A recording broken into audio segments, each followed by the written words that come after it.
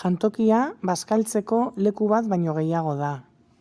Ikasleen arteko harremanetarako eta bizikidetzarako espazioa ere bada.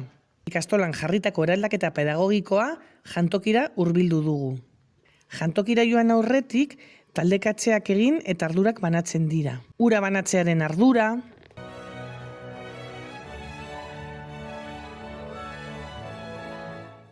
mahai tresnak jasotzearen ardura,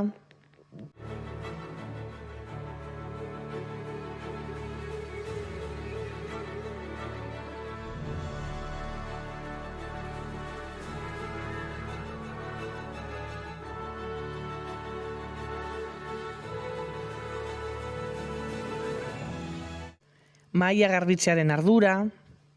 Ikasleak jantokiaren eguneroko zerginetako protagonista dira.